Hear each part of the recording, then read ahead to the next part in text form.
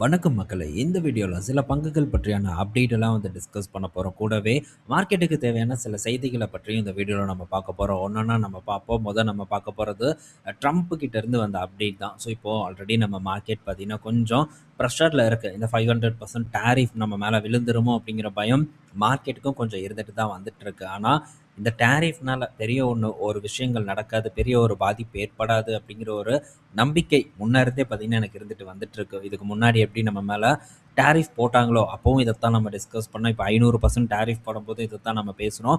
So டாரிஃப்னால அடுத்து பெரிய ஒரு சரிவு ஏற்படாது. ஏன்னா டாரிஃப் நிலையா இருக்காதுன்னு தான் நான் எக்ஸ்பெக்ட் பண்றேன். ஆனா, ஸோ குளோபலா இருக்கக்கூடிய அன்சர்டனிட்டீஸ் மேபி நம்ம மார்க்கெட் மட்டும் இல்ல, உலக பங்குச் சந்தையவே பாதிக்கலாம் அப்படின்னு நான் எக்ஸ்பெக்ட் பண்றேன். ஒரு பக்கம் ஏஐ பபிள் மார்க்கெட்ட கவுத்துரும் அப்படிங்கிற எதிர்பார்ப்பு இருக்கு.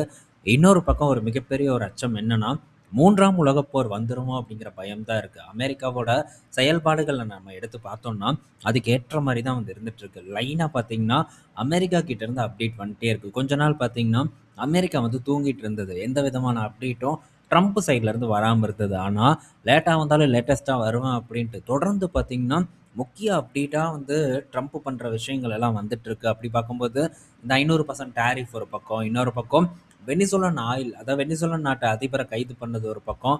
இப்ப பார்த்தீங்கன்னா, கிரீன்லாண்ட் எனக்கு வேணும் அப்படின்ட்டு கேட்டு சண்டை போட்டுட்டு இருக்கக்கூடிய ஒரு விஷயமும் போயிட்டு இருக்கு. இப்ப அதுல என்ன சொல்றாருன்னா ட்ரம்ப், எனக்கு இந்த கிரீன்லாண்ட் நாங்க வாங்கணும். ஸோ, அது எங்க நாட்டு பாதுகாப்புக்கு ரொம்ப முக்கியம் அப்படின்ட்டு ட்ரம்ப் தரப்புலருந்து அப்டேட் வந்திருக்கு. ஸோ, நாங்க ஒண்ணு காசு குடுத்து வாங்கிக்கிறோம் இந்த கிரீன்லாண்ட. அப்படி இல்லைன்னா 2வது ஆப்ஷனா நாங்க எங்க ராணுவத்த பயன்படுத்துறதுக்கு நேரிடும் அப்படின்ட்டும் ட்ரம்ப் சொல்லியிருக்காங்க. பட் இதுக்கான எதிர்ப்பு பார்த்தீங்கன்னா, கடுமையா யூரோப் யூனியன் கிட்ட இருந்து வந்திருக்கு. ஸோ, யூரோப்ல இருக்கக்கூடிய பல நாடுகள் பார்த்தீங்கன்னா, இதுக்கு எதிர்ப்பு தெரிவிச்சிருக்காங்க. டென்மார்க் பார்த்தீங்கன்னா, முற்றிலும் மறுத்திருக்காங்க. இப்படியெல்லாம் பண்றது சரியில்ல. அதுக்கப்புறம் நாங்களும் ராணுவ நடவடிக்கை எடுப்போன்ட்டு டென்மார்க் சொல்லியிருக்காங்க. இதுக்கு ட்ரம்ப் பார்த்தீங்கன்னா, 500 வருஷத்துக்கு முன்னாடி ஒரு படகு போனதுனால உங்களுக்கு சொந்தம் அப்படின்ட்டுலாம் சொல்ல முடியாது அப்படின்ட்டும் ஒரு ஸ்டேட்மெண்ட்ட சொல்லியிருக்காங்க. இதெல்லாம் என்ன? அவன் அவன் பார்த்தீங்கன்னா, பக்கத்துல இருக்கிற நாடெல்லாம் தூக்கி வளைச்சு போட்டுட்டு இருக்கான். அதுலயும் ட்ரம்ப் ரொம்ப மோசமா பண்ணிட்டு இருக்காங்க.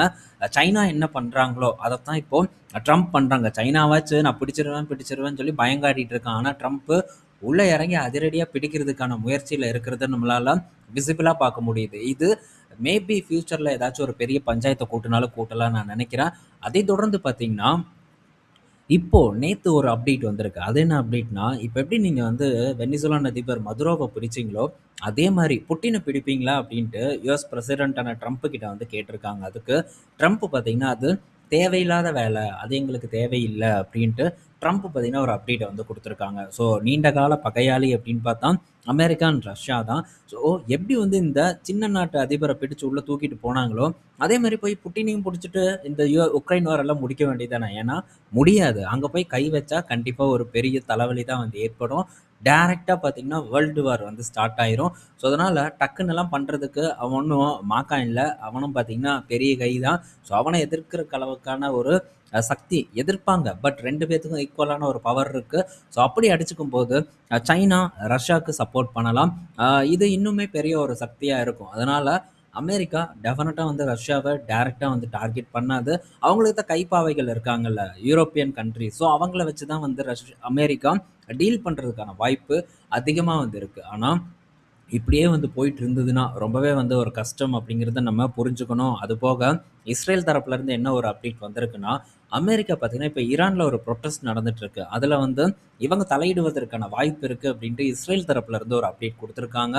ஆக மொத்தம் வந்த ஒரு வாரத்துல பார்த்தீங்கன்னா, கிட்டத்தட்ட அவ்வளோ நெகட்டிவ் நியூஸ் இருக்கு. இதனால மார்க்கெட் எந்த அளவுக்கு பாதிக்கப் போகுது அப்படிங்கிறதே நமக்கு தெரியல. ஸோ ரொம்ப உங்களுக்கு கான்ஃபிடென்ட்டா சில பங்கு இருக்கும். அந்த பங்கு கீழ விழுந்தாலும் திரும்ப மேல எழுந்து வருவதற்கான சக்தி இருக்கக்கூடிய பங்கு பக்கம் மட்டும் நம்ம இருப்பது ரொம்ப நல்லது. ரொம்ப ஸ்மால் கேப் பக்கமெல்லாம் போனா, அது மிகப்பெரிய ஒரு வலிய நமக்கு ஏற்படுத்தி குடுத்துரும் அப்படிங்கிறதுல கவனமா இருங்க.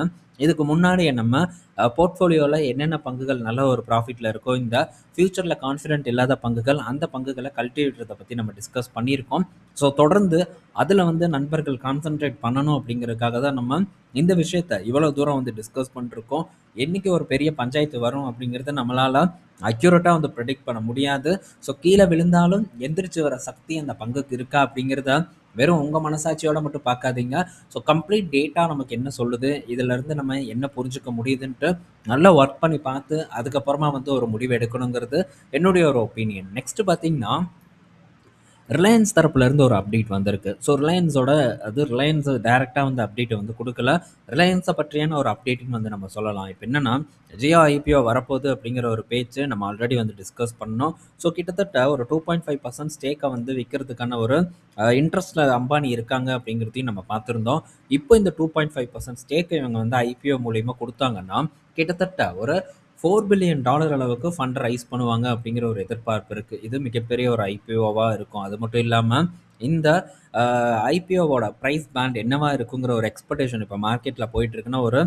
1048 இருந்து ஒரு ரூ. 1450 வரைக்கும் பிரைஸ் பேண்ட் இருக்குன்னு சொல்றாங்க. அது மட்டும் இல்ல, கிரே மார்க்கெட் பிரீமியமும் இப்பவே வந்து சொல்லியிருக்காங்க. கிரே மார்க்கெட் பிரீமியம் பார்க்கும்போது ஒரு ரூ. 90 இருந்து ஒரு ரூ. 100 பார்த்தீங்கன்னா, கிரே மார்க்கெட் பிரீமியம் இருக்கிறதா சொல்றாங்க. அப்படி பார்த்தா ரொம்பவே வந்து சொற்ப ரிட்டர்ன குடுக்கக்கூடிய ஒரு ஐபிஓவா தான் இந்த ஜியோ ஐபிஓ இருக்கும்னு நான் நினைக்கிறேன். பட் சொற்ப ரிட்டர்னா இருந்தாலும் இந்த ஜியோ ஐபிஓல நான் பார்ட்டிசிபேட் பண்ணுவேன்.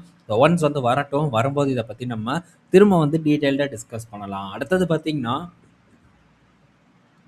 ஸோ ஐடிசி ஹோட்டல் கிட்டேருந்து ஒரு அப்டேட் வந்திருக்கு. நியூ டெல்லியில ஒரு 5 ஸ்டார் ஹோட்டல வந்து கட்டப்போறதா ஐடிசி ஹோட்டல் தரப்புலேருந்து ஒரு அப்டேட்ட வந்து குடுத்துருக்காங்க. இது ஐடிசி ஹோட்டல பொறுத்தவரைக்கும் ஒரு பாசிட்டிவ் நியூஸ். நல்லா வந்து க்ரோ ஆயிட்டு இருக்கக்கூடிய ஒரு பிசினஸா தான் வந்து இந்த ஐடிசி, அதுவும் ஹோட்டல் பிசினஸ் இருந்துட்டு வந்துட்டுருக்கு. ஒருக்கா ஸ்லோ டவுன் ஆச்சு. இப்ப திரும்ப பார்த்தீங்கன்னா, ஹோட்டல் பிசினஸ் நல்லாவே சூடு பிடிக்க ஆரம்பிச்சிருச்சு. இப்ப ரீசென்ட்டா கூட லெமன் ட்ரீ ஹோட்டல்ல வந்து வார்பக் பின்கர்ஸ்ன்னு நினைக்கிறேன். ஸோ ஸ்டேக்க வந்து வாங்கியிருக்காங்க. ஸோ அப்படியே கைமாறுது. ஹோட்டலோட ஓனர்ஷிப்பே பார்த்தீங்கன்னா கைமாற போகுது. ஸோ ஃபாரின் இன்வெஸ்டர்ஸ் பார்த்தீங்கன்னா, இப்போ இந்த ஹோட்டல் நிறுவனங்கள் மேல கான்சன்ட்ரேட் பண்றதும் நமக்கு கிளீனா வந்து தெரிஞ்சுட்டு இருக்கு. ஸோ நல்ல வளர்ச்சி இருக்குங்கிற எதிர்பார்ப்பு இந்த செக்மெண்ட்ல இருக்கு. ஆனா, இப்ப இருக்கக்கூடிய ஹோட்டல் ஸ்டாக்ஸோட வேல்யூவேஷன் எல்லாமே ரொம்பவே ஹைல இருக்கு. அதனால இது பக்கமெல்லாம் நம்ம போகாம இருப்பது ரொம்ப நல்லது. ஸோ ஐடிசி ஹோட்டல் நெறைய பேருக்கு டீமெர்ஜர்ல வந்து கிடைச்சிருக்கும். அத மட்டும் அப்படியே கன்டின்யூ பண்றதுக்கு நம்ம ட்ரை பண்ணாலே போதுமான ஒண்ணுங்கிறது என்னுடைய ஒரு ஒப்பீனியன். அடுத்தது பார்த்தீங்கன்னா, ஸோ ஹையர் கிட்டேருந்து ஹையர் பற்றியான ஒரு அப்டேட் வந்திருக்கு. இந்த ஹையர் வந்து இப்போ ரீசென்ட்டா இந்த பாரதி என்டர்பிரைசஸ் அதுக்கப்புறம் இன்னொரு ஒரு ஆள் இருக்காங்க. யாருன்னு மறந்துட்டேன். 2 பேரும் சேர்ந்து வந்து இந்த ஹையரோட ஒரு 49% ஸ்டேக்க வந்து வாங்குறாங்க. இப்ப இந்த ஹையரோட குரோத் பார்த்தீங்கன்னா, அபரிமிதமான ஒரு குரோத் இருக்கு. 24ல மட்டும் பார்க்கும்போது கிட்டத்தட்ட ஒரு 36% வரைக்கான குரோத்த குடுத்துருக்காங்க. 25ல நம்ம பார்க்கும்போது ஒரு 20-26% வரைக்கான ஒரு குரோத்த வந்து குடுத்துருக்காங்க. இந்த ஹையர் மற்ற நிறுவனங்கள் வேர்ல்பூல், சாம்சங், வோல்டாஸ் அண்ட் இந்த ப்ளூ ஸ்டார் போன்ற நிறுவனங்கள் கூட கம்பேர் பண்ணும்போது அதிகப்படியான ஒரு வளர்ச்சி அடைஞ்சிட்டு இருக்கக்கூடிய ஒரு நிறுவனமா ஹையர் இருக்காங்க. அது மட்டும் இல்ல, ஸோ எல்லா செக்மெண்ட்லயுமே பார்த்தீங்கன்னா, நல்ல ஒரு சேல்ஸ வந்து இந்த ஹையர் வந்து கொண்டு வந்துட்டு இருக்காங்க. இது மற்ற நிறுவனங்களோட மார்க்கெட் ஷேர பார்த்தீங்கன்னா, இவங்க முழுங்கிட்டு இருக்காங்க. இது ஹையர் பிற்காலத்தில இன்னும் ஒரு நல்ல குரோத் அடையுங்கிற ஒரு எதிர்பார்ப்பு தான் இருக்கு. இது மற்ற கம்பெனிஸ்க்கு பார்த்தீங்கன்னா, ஒரு நெகட்டிவான ஒரு அப்டேட்டா வந்து இருக்கு. ஸோ தொடர்ந்து பார்ப்போம். இது வந்து பப்ளிக்கா லிஸ்ட் ஆனா தான் நமக்கு இன்னும் கொஞ்சம் கூடுதலான இன்ஃபர்மேஷன் கிடைக்கும். அதுவரைக்கும் நமக்கு கிடைக்கக்கூடிய தகவல்கள தொடர்ந்து வந்து பார்ப்போம். வேர்ல்பூல் பத்தி நண்பர்கள் கேட்டுட்டு இருக்காங்க. வேர்ல்பூல் பார்த்தீங்கன்னா, இப்போ சரிவ சந்திச்சுட்டு இருக்கு. அந்த இடத்துல ப்ரமோட்டர் செல்லிங் நடப்பதற்கான ஒரு வாய்ப்பு வந்து இருந்துட்டு இருக்கு. ஸோ கிட்டத்தட்ட ஒரு 20, 21% வரைக்கான ஸ்டேக்க வந்து விக்க போறதா ஒரு செய்தி நம்ம பார்த்தோம். ஆல்ரெடி வெறும் ஒரு 51% பங்குகள தான் வச்சிருக்காங்க. இதுக்கு முன்னாடி 75% பங்குகள வந்து வச்சிருந்தாங்க. ஸோ பங்கும் பார்த்தீங்கன்னா, நல்ல பிரஷர்ல வந்து இருந்துட்டு வந்துட்டு இருக்கிறத நம்மளால பார்க்க முடியுது. வேர்ல்பூல் பார்த்தீங்கன்னா, ரெஃப்ரிஜிரேட்டர் செக்மெண்ட்ல லீடர்ஷிப் பொசிஷன்ல இருக்கக்கூடிய ஒரு நிறுவனமா வந்து இருக்கு. பட் அப்படி இருந்தும் கூட இப்ப தொடர்ந்து அவங்களுடைய மார்க்கெட் ஷேர் வந்து சரிவடைஞ்சுட்டே தான் வந்துட்டு இருக்கு. காம்படிஷன பார்த்தீங்கன்னா, அவங்களால எதிர்கொள்ள முடியாத ஒரு சூழ்நிலை ஏற்பட்டுட்டு இருக்கு. ஸோ அதனால வேர்ல்பூல் பொறுத்தவரைக்கும் நம்ம ஸ்லோவா இருப்போம். அடுத்த ஒரு ப்ரமோட்டர் செல்லிங் ஏற்படுது அப்படின்னா, அந்த டைம்ல இன்னும் கூட வந்து ஒரு பிரஷர் ஏற்படலாம். இன்னும் கூட ஷேர் வந்து ஒரு கரெக்ஷன சந்திப்பதற்கான வாய்ப்பு இருக்கு. ஸோ இவங்களுடைய பிசினஸ்ல ஏதாச்சும் ஒரு இம்ப்ரூவ்மென்ட் தெரிஞ்சா தான் நம்ம இத பிடிக்க முடியும். அதர்வைஸ் நம்ம டெக்னிக்கலா பேஸ் பண்ணி ஏதாச்சும் வந்து பண்ணலாம். பட் டெக்னிக்கலா பேஸ் பண்ணி பண்றதுக்கான ஒரு நேரம் இதுவான்னு கேட்டா, இல்ல அப்படிங்கிறது தான் உண்மையான ஒரு பதில். அடுத்தது எல்ஜி எலக்ட்ரானிக் கிட்ட இருந்து ஒரு அப்டேட்டு. ஸோ இது குளோபல் எல்ஜி எலக்ட்ரானிக்ஸ் பற்றியான ஒரு அப்டேட். நம்ம நாட்டு நிறுவனம் இல்ல. ஸோ அதாவது நம்ம ஊர்ல லிஸ்ட் பண்ண நிறுவனம் பற்றியான அப்டேட் இல்ல. எல்ஜி எலக்ட்ரானிக்ஸ் பார்த்தீங்கன்னா, இப்போ ஃபர்ஸ்ட் குவார்ட்டர்லி ஒரு லாஸ வந்து 9 வருஷத்துக்கு அப்புறம் போஸ்ட் பண்ண போறதா ஒரு எக்ஸ்பெக்டேஷன் வந்து போயிட்டுருக்கு. ஸோ ஆப்பரேட்டிங் லாஸ் இருக்கும் அப்படின்ட்டு எல்ஜி தரப்புல இருந்து ஒரு அப்டேட் வந்து குடுத்துருக்காங்க. கடைசியா 2016 அந்த டைம்ல பார்த்தீங்கன்னா, இவங்க லாஸ் பண்ணியிருக்காங்க. இப்போ அதுக்கப்புறம் திரும்ப இப்ப தான் வந்து பண்ண போறாங்க. ஸோ இதனால அவங்க பிசினஸ் வந்து ரொம்ப நலிவடைஞ்சிருச்சா அப்படின்னு நம்ம பார்த்தோம்னா, இல்ல. ஸோ பிசினஸ் நல்லாவே போயிட்டுருக்கு. ரெவென்யூ குரோத்தும் நல்லாவே வந்து காட்டுறாங்க. இந்த இடத்துல சில ஒன் டைம் காஸ்ட் எல்லாம் வந்து ஆட் ஆகுது. ஸோ இந்த இந்த சீக்கிரம் இந்த வாலண்டரி ரிட்டயர்மெண்ட் இந்த மாதிரியான எம்ப்ளாயி பெனிஃபிட் காஸ்ட்டு, அதுக்கப்புறம் டாரிஃப் காஸ்ட்டு, மார்க்கெட்டிங் காஸ்ட் இதெல்லாம் என்னென்ன காஸ்ட்டோ இல்ல உள்ள எடுத்து போட்டு, ஸோ இந்த மாதிரி நாங்க லாஸ் பண்ண போறோம் அப்படின்ட்டு எல்ஜி தரப்புல இருந்து ஒரு அப்டேட் வந்து குடுத்துருக்காங்க. ஸோ அப்பப்ப நிறுவனங்கள் பார்த்தீங்கன்னா, இந்த மாரி ஒன் டைம் காஸ்ட்ட காட்டி லாஸ வந்து காட்டுறது இயல்பான ஒரு விஷயம். ஸோ இந்த மாதிரி தான் ஜெனரல் மோட்டார்ல இப்போ வந்து நடக்க போகுது. ஃபோர்ட் மோட்டார்ல இதுக்கு முன்னாடி வந்து நடந்தது. ஸோ பல கம்பெனிஸ்ல பார்த்தீங்கன்னா, இந்த மாதிரியான விஷயங்கள் தொடர்ந்து நடந்துட்டே தான் வந்து இருக்கும். ஸோ அக்கவுண்டிங் ரிலேட்டட்ல சில விஷயங்கள பண்ணுவாங்க. பட் எல்ஜி ஸ்டில் பார்த்தீங்கன்னா, ஒரு நல்ல பெர்ஃபார்மன்ஸ குடுத்துட்டு இருக்கக்கூடிய நிறுவனமா தான் இருக்கு. குளோபலா நம்ம பார்க்கும்போது. அதே மாரி எல்ஜி பார்த்தீங்கன்னா, இப்ப புது வெர்டிகல்குள்ள இறங்க போறதா சொல்லியிருக்காங்க. ஒண்ணு ரோபோட்டிக்ஸ்குள்ள வந்து போறதா வந்து சொல்லியிருக்காங்க. அப்புறம் சில இந்த இன்னொரு ஏதோ ஒண்ணு சொல்லியிருந்தாங்க. அது எனக்கு கரெக்ட்டா வந்து ஞாபகம் இல்ல. ஸோ இப்போதைக்கு இந்த ரோபோட்டிக்ஸ்ல போவது ரொம்பவே பார்த்தீங்கன்னா, ஃபோக்கஸ்ல இருக்கு இந்த எல்ஜி. பட் இதெல்லாம் உடனே நடக்க போற விஷயம் இல்ல. பாஷ் ஆல்சோ பார்த்தீங்கன்னா, இந்த ரோபோட்டிக்ஸ்குள்ள கொஞ்சம் பெருசா வந்து எக்ஸ்பேண்ட் பண்ண போறதா வந்து சொல்லியிருக்காங்க. ஸோ அடுத்து இந்த ரோபோட்டிக்ஸ் பெரிய அளவுக்கு இந்த நிறுவனங்கள்னால கையில எடுக்கப்படும் அப்படின்னு தான் எதிர்பார்க்கப்படுது. ஸோ மேபி எல்ஜியோட குளோபல் ரிசல்ட் வந்ததுன்னா, அந்த அப்டேட் உங்க கூட நான் ஷேர் பண்றேன். அடுத்தது பார்த்தீங்கன்னா, நம்ம இவ்வளோ நாள் வந்து இந்த சிகரெட் கம்பெனியான ஐடிசிய பத்தி தான் வந்து டிஸ்கஸ் பண்ணிட்டு இருந்தோம். ஸோ ஆப்பர்ச்சுனிட்டி வந்து நமக்கு கையில வந்து உட்கார்ந்தது. இப்போ அதே மாரி எப்படி சிகரெட் கம்பெனியான ஐடிசில கிடைச்சதோ, அதே மாரி சரக்கு கம்பெனி, பீர் கம்பெனியான யுனைடெட் பிவரேஜ்ல வந்து நமக்கு ஒரு ஆப்பர்ச்சுனிட்டி ஏற்படுங்கிற எதிர்பார்ப்பு எனக்கு பர்சனலா வந்து இருக்கு. இப்போ ஒரு செய்தி வந்திருக்கு. யுனைடெட் பிவரேஜ் பார்த்தீங்கன்னா, கிங்ஃபிஷர் ஸ்மூத் அப்படிங்கிற ஒரு பிராண்ட இப்போ லான்ச் பண்ணியிருக்காங்க. கட்டமா ராஜஸ்தான்ல வந்து லான்ச் பண்ணியிருக்கிறதா சொல்றாங்க.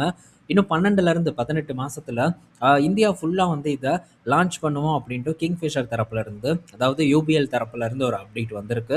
ஸோ பீர்னால என்ன பீர் அப்படிங்கிறது பெரும்பாலானோருக்கு எல்லாத்துக்கும் தெரியும். கேட்கக்கூடிய ஒரு பீரே இந்த கிங்ஃபிஷர் தான். ஸோ கிங்ஃபிஷர் பீர் கேட்டகரிய வந்து நம்ம நாட்டுல ரூல் பண்ணிட்டு இருக்கு அப்படின்னே சொல்லலாம். எக்கச்சக்கமான ஒரு பிராண்ட்ஸ் பார்த்தீங்கன்னா, இந்த கிங்ஃபிஷர் வச்சிருக்காங்க.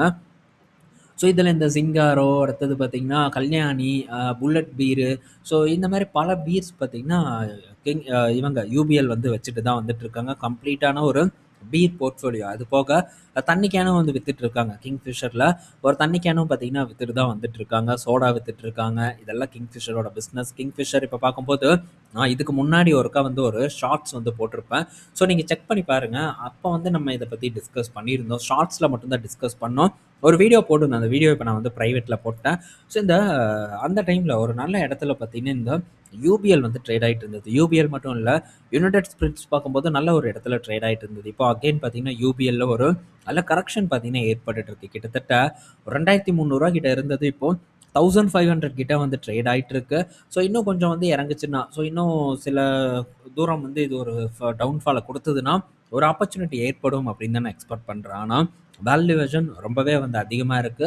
ஸோ இருந்தாலும் என்ன காரணம்? ஏன் வந்து இது நான் ஒரு ஐடியால வச்சிருக்கேன் ஃபோக்கஸுக்கு அப்படிங்கிறத பற்றியெல்லாம் நம்ம இத வந்து மேபி நான் வந்து பண்ணுனேன்னா, அந்த டைம்ல இத பத்தி நம்ம டீட்டெயில்டா டிஸ்கஸ் பண்ணலாம். ஸோ நீங்க என்ன பண்றீங்க? இந்த ஸ்டாக்க வாட்ச் லிஸ்ட்ல போட்டு ட்ராக் பண்ண ஆரம்பிங்க. ஸோ இத பற்றியான விவரங்கள சேகரியுங்கள். ஸோ எப்படி போயிட்டுருக்கு? என்ன ஏது? அப்படிங்கிற விஷயங்கள் எல்லாம் வந்து முடிஞ்ச அளவுக்கு கலெக்ட் பண்றதுக்கு நீங்க கூட வந்து ட்ரை பண்ணலாம். நான் சொல்லுவேன் அப்படின்ட்டு வெயிட் பண்றதுக்கான எந்த ஒரு தேவையும் வந்து இல்ல. ஸோ இன்னும் நமக்கு டைம் இருக்கு. ஆப்பர்ச்சுனிட்டி வருவதற்கு. அதுவரைக்கும் நம்ம இந்த இடத்துல என்ன ரிசர்ச் பண்ண முடியும்? மேபி இது உண்மையான ஒரு ஆப்பர்ச்சுனிட்டியா? இல்ல இல்லையா? அப்படிங்கிறத பற்றி நம்ம புரிஞ்சுக்கலாம். ஒன்ஸ் அங்க வந்ததுன்னா, அந்த டைம்ல நம்ம அத ஃபோக்கஸ் பண்ணலாமா? வேண்டாமாங்கிற ஒரு டிசிஷன நம்மளால ஈஸியா வந்து எடுக்க முடியும். அதுக்காக தான் வந்து இத டிஸ்கஸ் பண்ணிட்டுருக்கேன். ஸோ என்ன பொறுத்தவரைக்கும் இதில அட்ராக்டிவான ஒரு சான்ஸ் ஏற்படும் அப்படின்னு நான் நினைக்கிறேன். ஸோ வெயிட் பண்ணி பார்ப்போம் என்ன நடக்குதுன்ட்டு. இந்த வீடியோல நம்ம பல இன்ஃபர்மேஷன் பத்தி டிஸ்கஸ் பண்ணியிருக்கோம். பயனுள்ளதா இருக்கும்னு நான் நினைக்கிறேன். ஈவினிங் நம்ம இன்னொரு வீடியோல மீட் பண்ணுவோம். பாய் மக்களே!